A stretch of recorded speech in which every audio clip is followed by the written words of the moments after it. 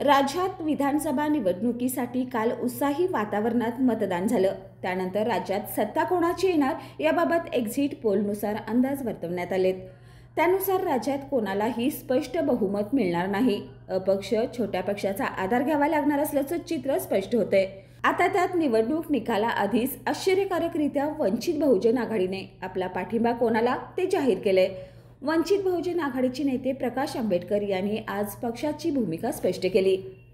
जर उद्या महाराष्ट्रात सरकार स्थापन करण्यासाठी वंचित बहुजन आघाडीला कोणत्याही पक्षाला किंवा आघाडीला पाठिंबा देण्यासाठी संख्याबळ मिळाले तर आम्ही जो कोणी सरकार बनवू शकतो त्यांच्यासोबत राहण्याचा निर्णय घेऊ.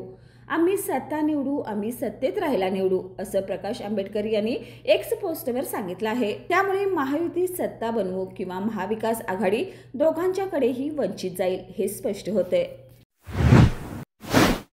बाळ, फ्रीजमधून श्रीखंड काढ ना. आम्ही पूर्वी घरीच बनवायचो श्रीखंड. त्याची चवच वेगळी होती. आता काय सगळं रेडीमेड. आजी, हे श्रीखंड खाऊन बघ. आज तुझ्या आईनं घरीच बनवलं की काय? हे आहे गोकुळचं श्रीखंड. अगदी जिभेवर रेंगाळणार. जिभेवरच नाही तर मनावरही रेंगाळणार. गोकुळ श्रीखंड, मनावर रेंगाळणार.